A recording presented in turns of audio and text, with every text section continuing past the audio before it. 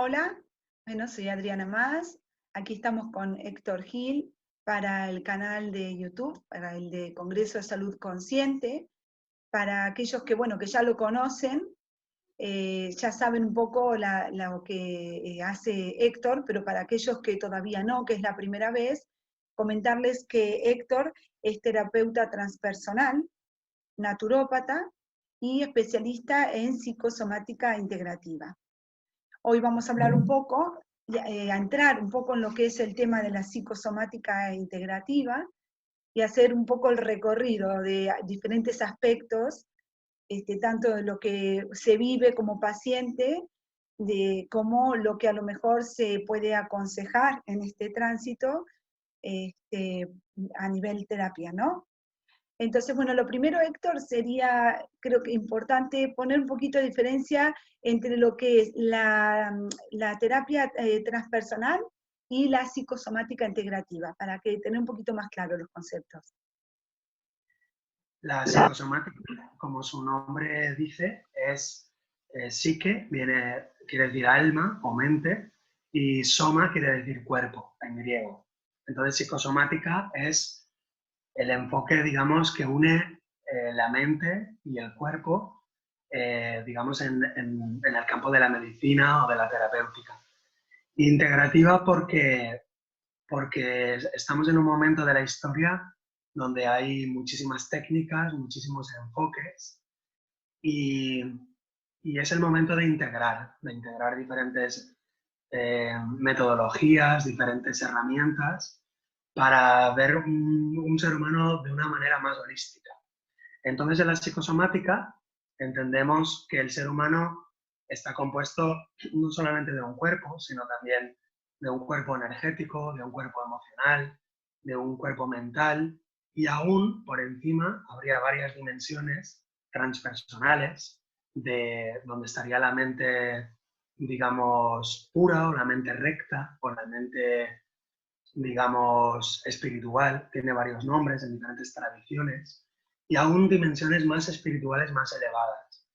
Entonces, la psicosomática integrativa es una metodología que busca el bienestar y la salud, digamos, integral de los seres humanos. Y la terapia transpersonal. Y la terapia transpersonal se enmarca dentro de la psicología transpersonal. La psicología transpersonal es la llamada cuarta ola de la psicología, entendiendo que en Occidente hubo conocimientos muy profundos, en la antigüedad se perdieron, y en el siglo XIX-XX comienza la primera ola, que es el psicoanálisis, el conductismo, que es la segunda ola. La tercera ola sería la psicología humanista, allá por los años 50, 60, 70. Y inmediatamente después de la psicología humanista surge la psicología transpersonal, de la mano de autores como Maslow, como Grof, como Wilber, que ellos, digamos, integran en la psicología, digamos, todo lo que son los conocimientos ancestrales de la mente humana por encima de la personalidad. Es decir, transpersonal quiere decir que atraviesa la personalidad y que trasciende la personalidad. De manera que estos psicólogos transpersonales o estudiosos o especialistas se dedicaron a estudiar estados elevados de conciencia, estados expandidos de conciencia, se dedicaron a estudiar a los meditadores, a los yogis y a introducir, digamos, esa visión o esas herramientas también de mundos como la filosofía oriental, las tradiciones ancestrales, el mundo del chamanismo. De manera que la psicología transpersonal es, por así decir, la más vanguardista que hay, aunque hay luego otros desarrollos más especializados. Y entonces, ¿en qué se complementan la psicosomática integrativa y la terapia transpersonal? Bueno, pues que, digamos, uniendo los dos aspectos, podemos entender que las enfermedades físicas tienen una función dentro del desarrollo de la persona hacia lo transpersonal. Dicho con otras palabras, las enfermedades tienen un significado y tienen una posibilidad de evolucionar para la conciencia. Es decir, que si los seres humanos viéramos las enfermedades y las patologías como un mensaje más profundo, inteligente, podría ayudarnos a, digamos, desarrollar la conciencia hacia lo transpersonal. No sé, estoy mezclando un poquito las dos visiones, pero creo que encajan perfectamente, porque ya en la antigüedad, en todas las civilizaciones, se trabajaba en lo transpersonal, lo que pasa es que se llamaba de otra manera. Se llamaban místicos o sacerdotes o magos o chamanes. Y también se trabajaba en lo psicosomático, desde el punto en el que muchas medicinas tradicionales entendían el cuerpo como un reflejo de las emociones y de la mente, es decir, del alma humana. Escuchándote me vino que de alguna manera entonces todo lo que es la sabiduría ancestral, pero también todo lo que es ancestral nos influye. Sí, sí, y además la psicosomática integrativa también precisamente incluye el estudio del árbol transgeneracional, de los ancestros, incluye el estudio de las etapas tempranas del bebé, las memorias perinatales, las memorias del parto, de la primera infancia, todo lo que se conoce como el proyecto sentido. También la psicosomática integrativa en ese sentido, digamos, es heredera de todas las otras, digamos, escuelas de psicosomática que han existido o de descodificación, como la biodescodificación, la bioneuroemoción, la psicosomática clínica humanista, y de alguna forma todo esto parte del Dr. Hammer, que es un médico alemán no demasiado conocido, que fue también pionero de la psicosomática en el siglo XX.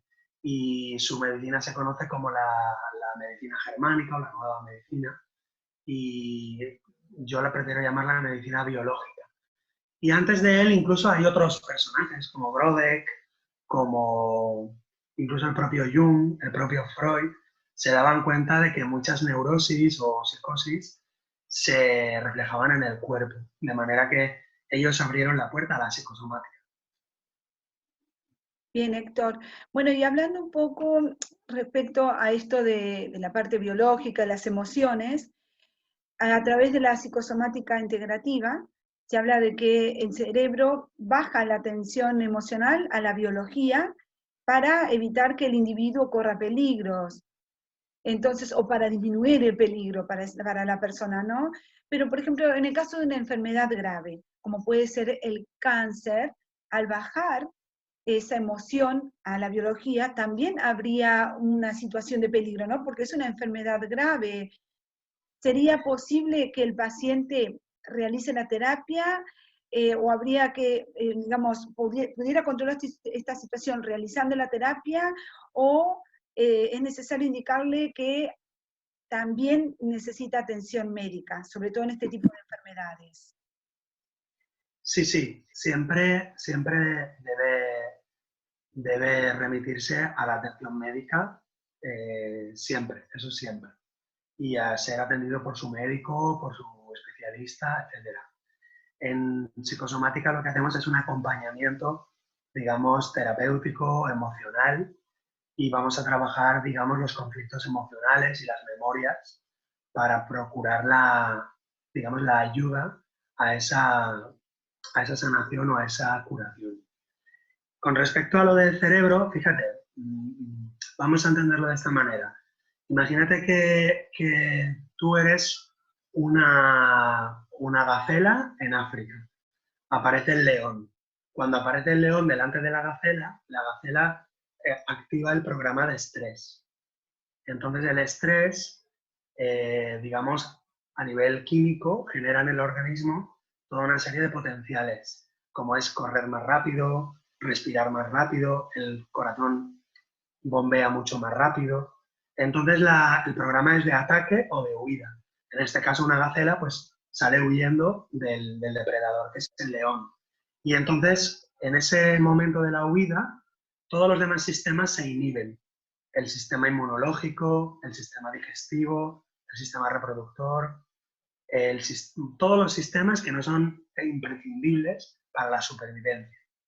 Entonces, ¿qué ocurre? Que los seres humanos, cuando tenemos un choque emocional, un estrés muy grande, como una gacela delante de un león, el cerebro activa el sistema de simpaticotonía, el sistema de estrés, y aparece el cortisol, la adrenalina, respiramos rápido, el corazón bombea mucho más fuerte, porque es la necesidad de atacar o de salir huyendo. ¿Cuánto tiempo puede estar un cuerpo en esa situación? Muy poco. Es decir, un cuerpo humano en esa situación puede estar, digamos, unos minutos o como mucho, digamos, una hora, pero si estás 3 horas en ese estado de estrés, con tanta adrenalina por la sangre, con tanto retención de líquidos, con tanto estrés, el cuerpo moriría de agotamiento. El cuerpo puede morir de agotamiento. Entonces, el mecanismo que tiene la naturaleza es, bueno, este estrés tan grande que tienes, como no lo resuelves, como no se va, entonces se somatiza en un órgano. Y entonces en ese órgano comienza a haber un sistema o de proliferación celular o de disminución celular, según la capa embrionaria a la cual pertenezca ese órgano. Vamos a poner un ejemplo para que lo veáis claro. Un hombre está en una fábrica. Llega su jefe y lo despide brutalmente, de manera improcedente o de manera brutal. Ese hombre llega a su casa y está en un estrés muy grande, porque se ha tenido que tragar el despido, pero ahora no lo digiere. Para la mente es como si tuviera algo en el estómago que no puede digerir. Y está en un estado de estrés muy grande, está con las manos frías, con mucha adrenalina por la sangre, respirando agitadamente, no puede dormir, se levanta todas las noches varias veces a las 3, a las 4 de la mañana. Eso no se puede resistir muchas horas ni muchos días.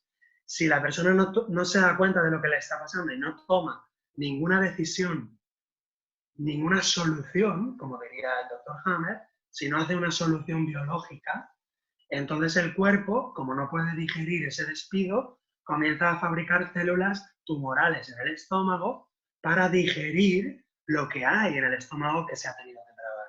Evidentemente, si un especialista abriera el estómago, no vería nada. Exacto. Pero, ¿cuál es la cuestión? Que la mente y el cuerpo están unidos. De manera que lo que no se resuelve en la mente se va a resolver en el cuerpo. La gente pregunta, los estudiantes preguntáis, hombre, pero ese tumor en el estómago lo puede matar, lo va a matar, por lo tanto, ¿qué solución es esa? Si esa solución lo va a matar. Y la respuesta es sí, ese tumor lo puede matar, pero fíjate que el cerebro ha dejado todo el estrés en manos del estómago. Ahora el cerebro tiene unas horas o unos días o unas semanas para tomar esa solución, para tomar esa decisión.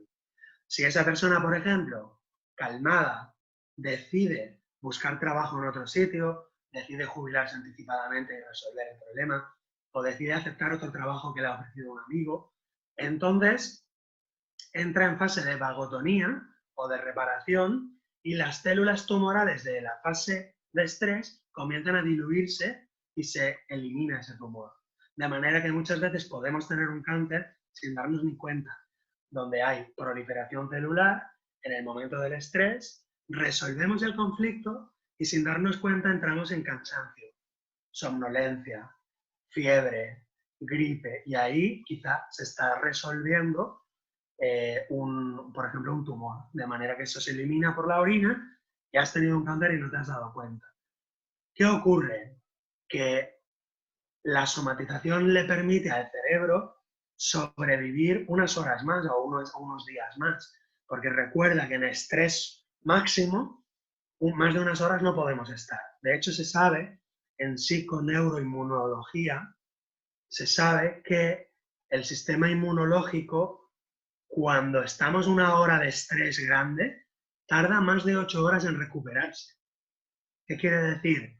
Que si yo estoy en estrés todos los días, nunca me da tiempo de recuperarme. Y entonces ahí aparecen las gripes, los resfriados, el dolor de cabeza y un montón de enfermedades. Porque el estrés es continuo y no le doy tiempo al organismo a recuperarse.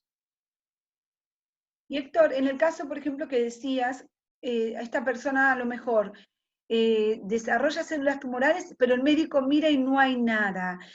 Al tener, digamos, ya la capacidad de, a nivel cerebral de poder buscar soluciones, si busca ayuda en la terapia de por sí podría ayudarle a resolver este problema, porque evidentemente a nivel médico no habría nada que hacer en ese momento, porque no encuentran nada, pero se está generando, y sería factible que a través de la terapia la persona lo pudiera resolver.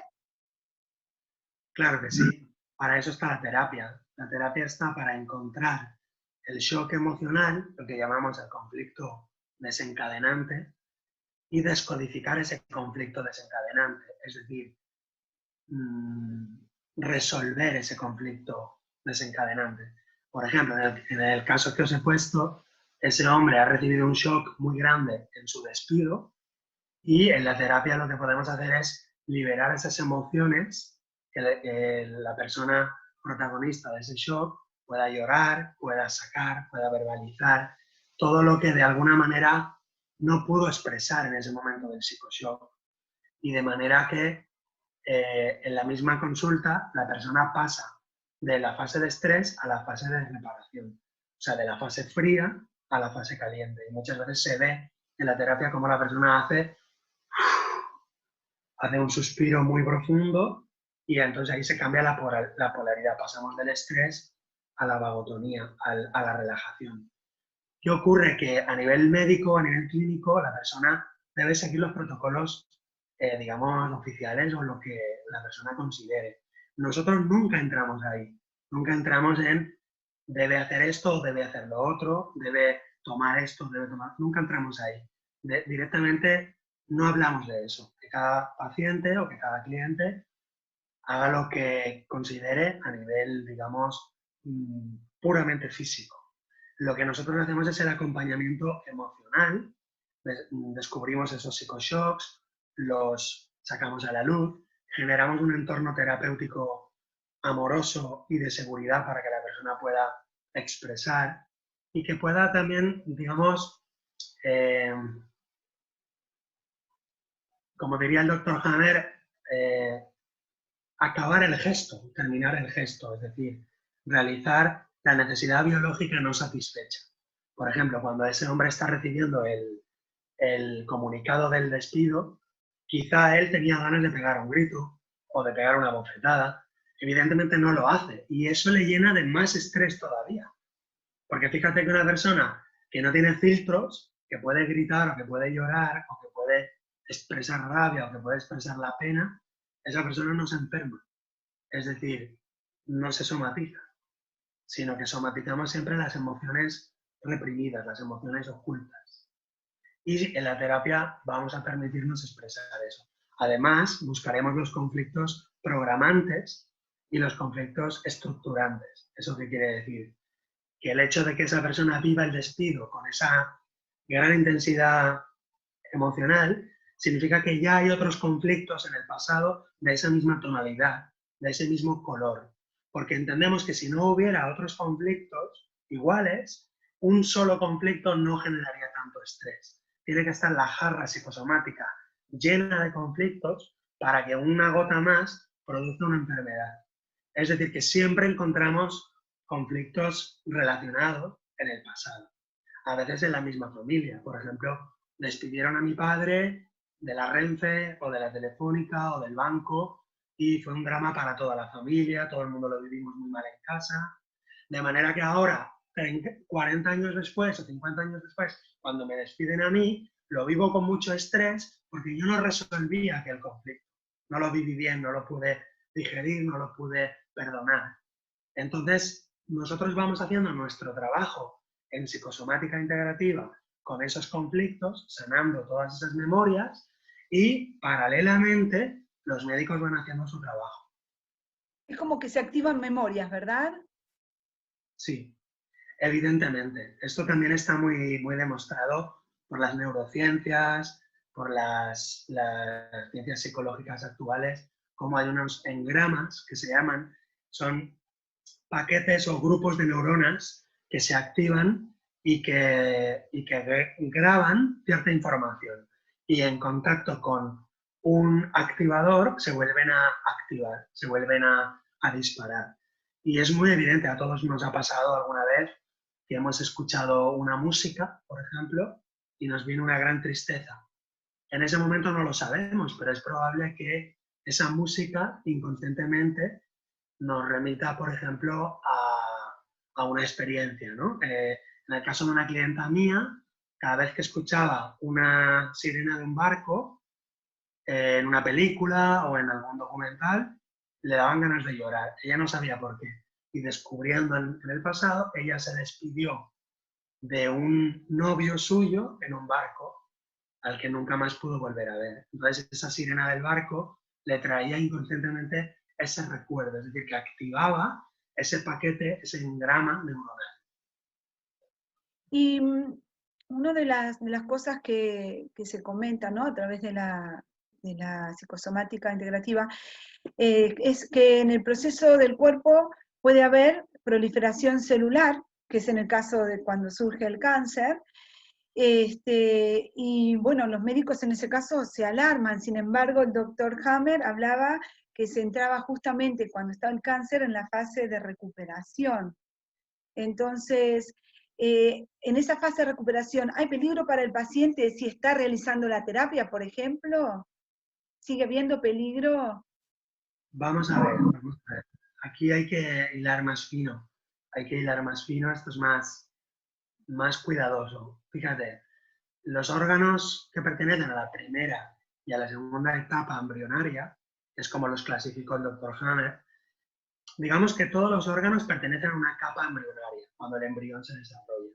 Los órganos que pertenecen a la primera y segunda etapa embrionaria, cuando hay un psicoshock, cuando estamos en fase de estrés, hacen proliferación celular, de manera que hay un crecimiento tumoral o celular. Y los órganos que pertenecen a la tercera y a la cuarta etapa, cuando estamos en fase de estrés, hay disminución celular, hay una necrosis celular o una lisis, es decir, disminución celular. De manera que en la fase de estrés hay crecimiento celular en los órganos de la primera y segunda etapa y disminución en los órganos de la tercera y la cuarta etapa. Y cuando pasamos a la fase curativa, a la fase de vagotonía, es justo al revés. Es decir, por ejemplo, el estómago, que hemos dicho antes, un ejemplo, ¿no?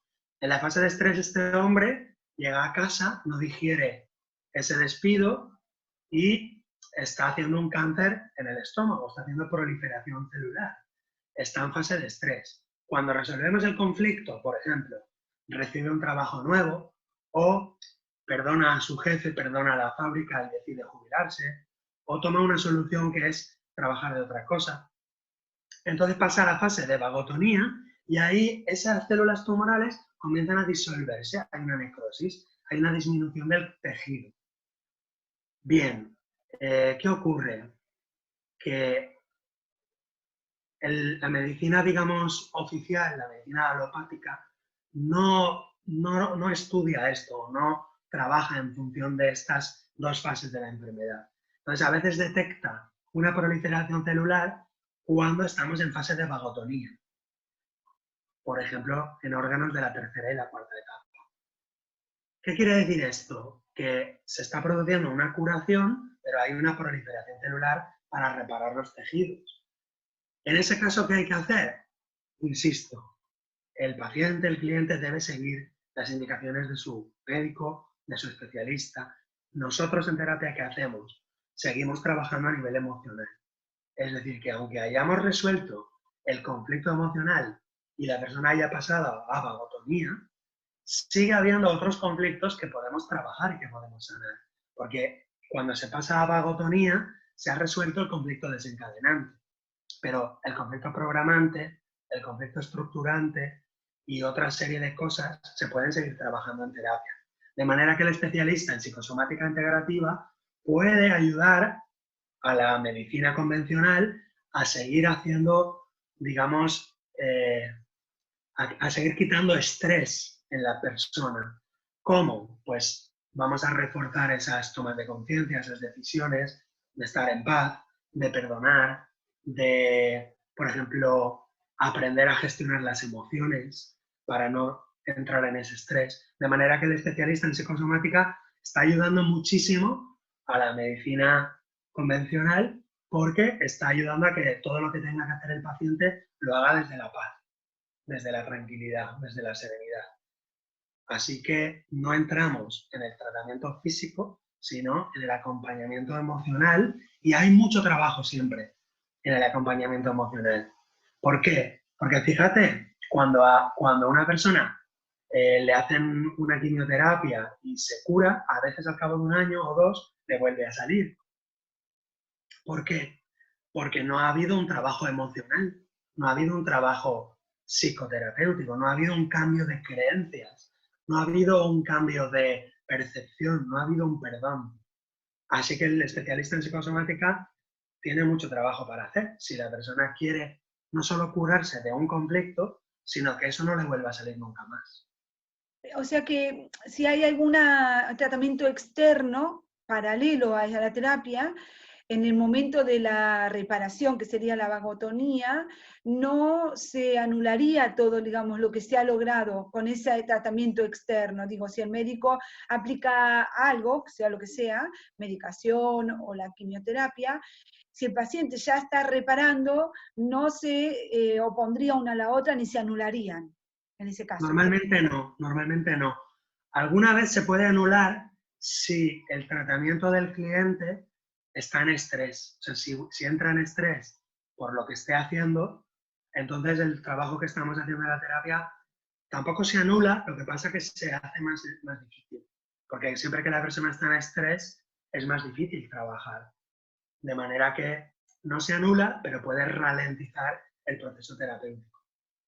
Ahora que decís eso, me viene en mi memoria que cuando yo me apliqué quimioterapia, una de las cosas que la naturópata que me estaba acompañando en ese momento me enseñó era a darle las gracias a la quimioterapia, porque yo no quería saber nada. Sentía que iba porque en ese momento no conocía, para mí se abrió el mundo a partir de ahí, de la enfermedad.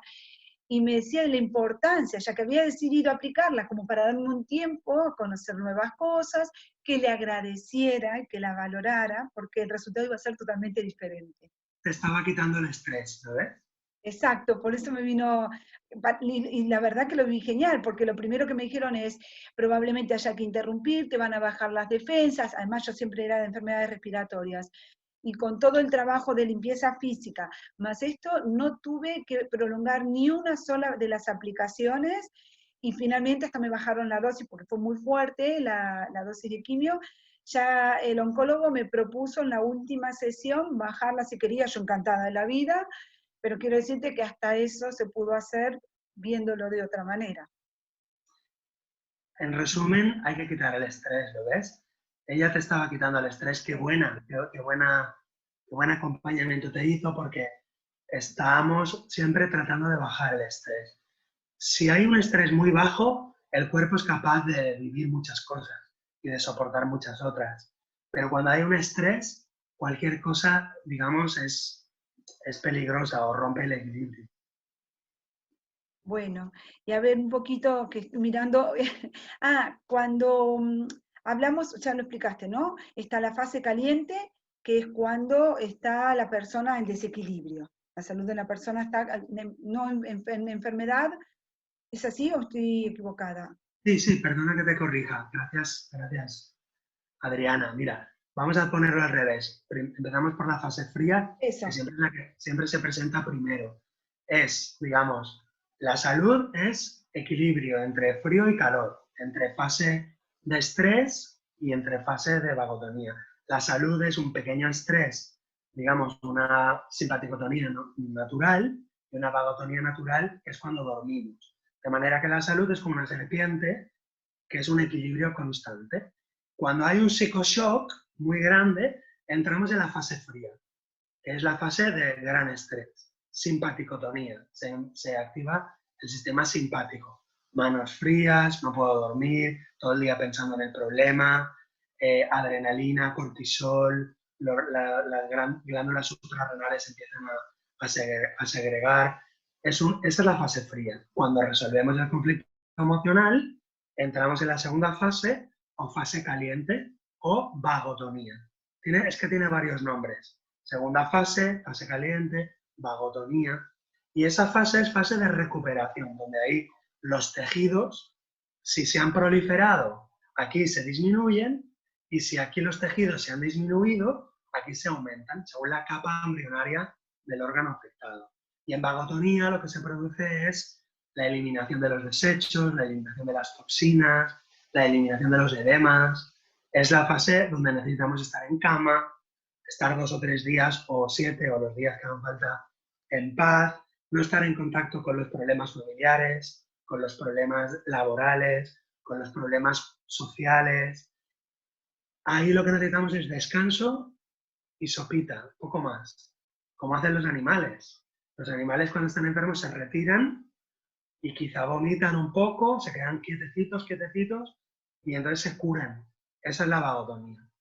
La fase fría, escuchándote, digo, a veces como para poder englobarlo o no.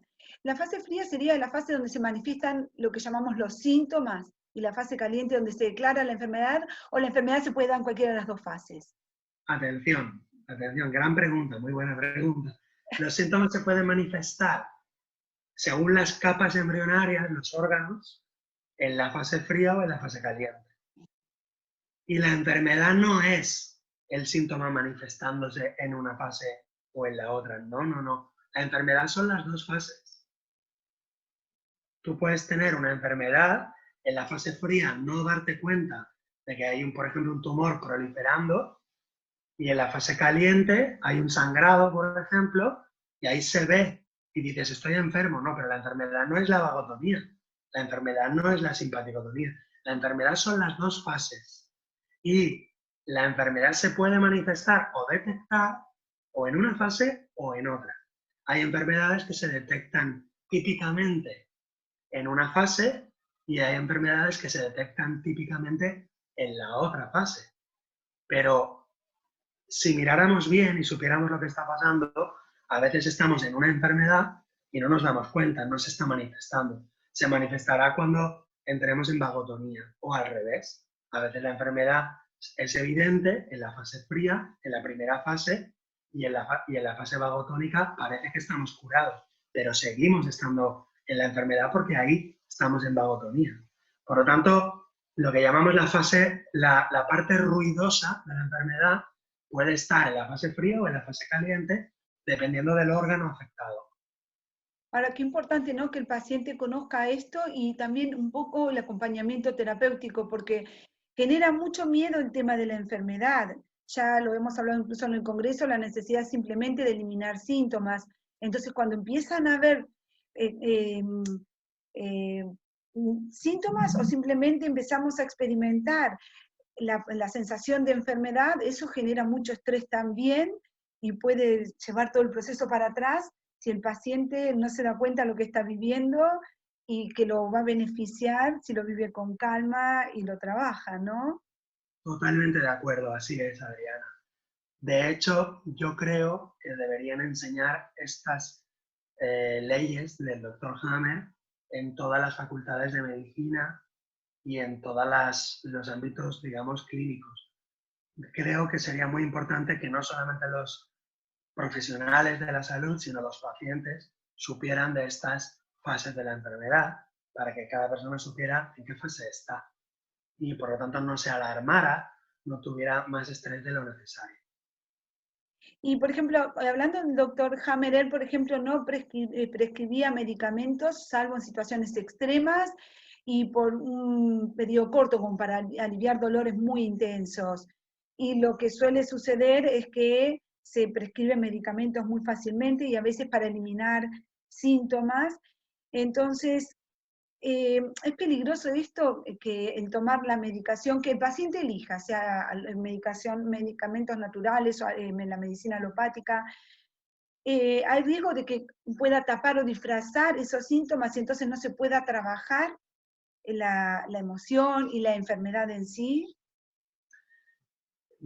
No, la respuesta a la última pregunta es no, pero vamos al principio. Este hombre, este especialista, este pionero que fue Hammer, lo que hacía era, digamos, sacar a la persona del sistema médico oficial y hacerse cargo él de todo el proceso. Y si medicaba o no medicaba, él sabrá lo que hacía.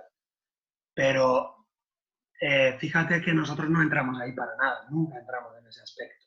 Es decir, la persona tiene que hacer su tratamiento oficial o no, pero vamos, que hace su trabajo a nivel físico con el especialista que cada persona elija. Nosotros ahí nunca vamos a entrar, de manera que nosotros nunca entramos en qué medicación hay que dar o qué no dar, o qué tomar o qué no tomar. Nunca jamás entramos en eso. Por lo tanto, nosotros hacemos el acompañamiento emocional, el acompañamiento de bienestar general de esa persona.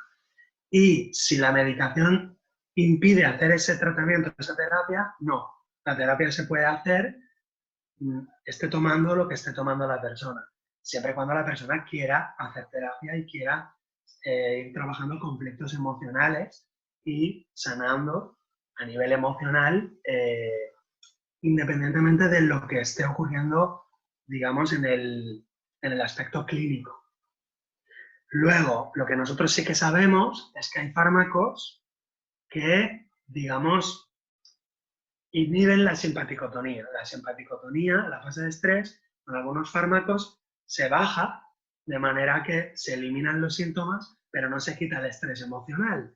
Así que parece que ya no estamos estresados, pero seguimos estando estresados. Y eso es bastante malo.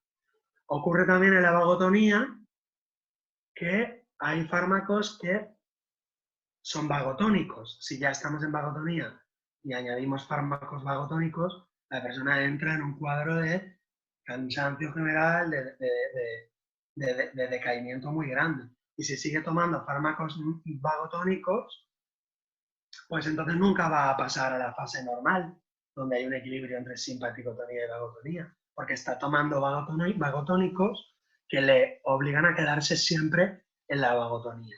¿Qué te quiero decir con eso? Que hay fármacos que interrumpen el proceso natural en la primera fase o la prolongan, y fármacos que interrumpen en la segunda fase o la prolongan. Por eso muchas enfermedades se cronifican, porque la persona no acaba de cambiar de fase. Entonces se queda siempre en la fase de estrés, pero como se atenúa con los fármacos o con las pastillas, la persona nunca, digamos, acaba de resolver el estrés.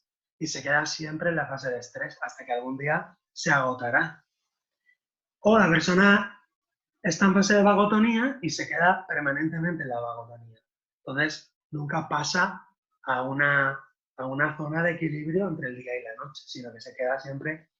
Eso nosotros lo sabemos, pero nosotros no entramos en la medicación, ni en recomendación, ni en nada. Que la persona haga lo que considere. Pero le informan aunque sea al paciente, porque mucha gente, muchísima gente no tiene idea de esto y hasta creen que a lo mejor la terapia no está funcionando, más allá que la terapia es respetuosa de lo que el paciente pueda decidir, que cuente con la información sobre las consecuencias de seguir o no con ese tipo de medicación, ¿no? Porque si no los resultados no serían los que el No, paciente espera y no sabe por qué. fíjate, Adriana, no entramos ni a comentar esos temas, no hablamos de eso.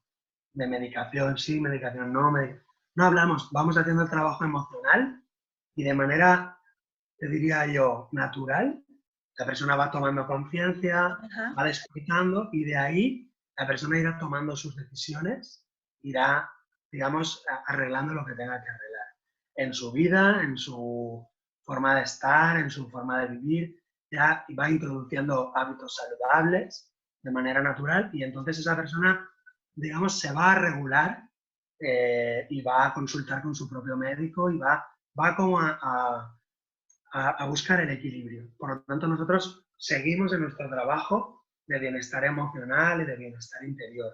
Y lo de afuera ni hablamos, ni aconsejamos, ni nada. Para eso están los especialistas. Nosotros sabemos que la persona cuando se va sintiendo mejor, de forma natural va buscando un equilibrio, va buscando una mejor alimentación, va buscando un cuidado mayor de su cuerpo, tratando de eliminar toxinas, tratando de eliminar excesos de cualquier tipo. Entonces, no hace falta que nosotros entremos en eso.